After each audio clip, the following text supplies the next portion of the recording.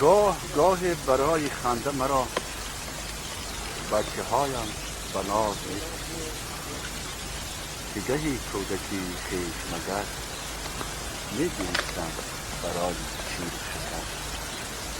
شکر. شکر تقدیرشان نمی‌دانند در جهان گریه دردآور، گریه بهر یک بریده نان، گریه برای پدر که سری گریه های طفلان است،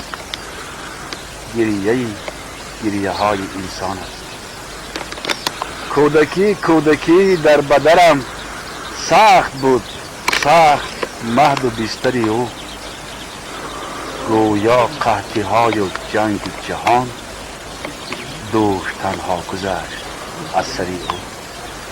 در همه سنگ و خاک و خار دیار، در همه سنگ و خاک و خار دیار داغ و درد یتیمی من هست.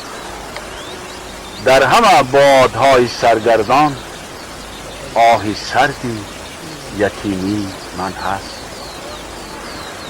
در خمی کوچه های فیض آباد چشم بر راه کهنه شام و سحر،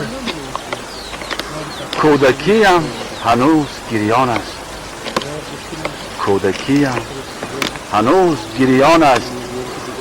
در کف او خطی سیاهی پدر، در کف او خطی سیاهی پدر.